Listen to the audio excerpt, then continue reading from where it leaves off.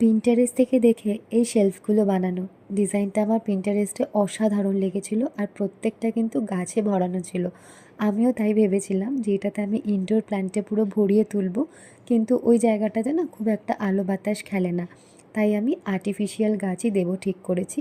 এক দুবার এনে দিয়েছিলাম এমনি গাছ, কিন্তু সেগুলো আমি বাঁচাতে পারিনি।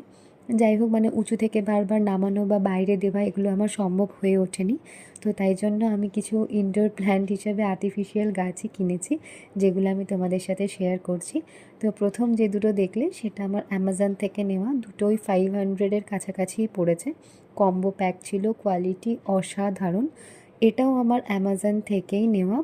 এটাও ওরকম 250 কি 260-র মধ্যেই পড়েছে। এটার সাথে পটটা নেই, পটটা আমার কাছে যেহেতু এক্সট্রা আছে আমি ওই জন্য আর ওইভাবে নিয়েও নিই, কিন্তু এটার কোয়ালিটি কিন্তু অসাধারণ।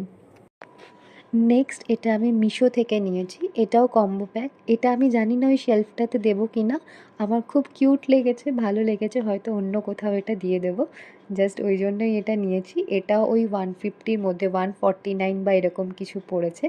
নেক্সট সেটাও আমার মিশো থেকে নেওয়া, কিন্তু এটার কোয়ালিটি আমার অতটাও ভালো লাগেনি।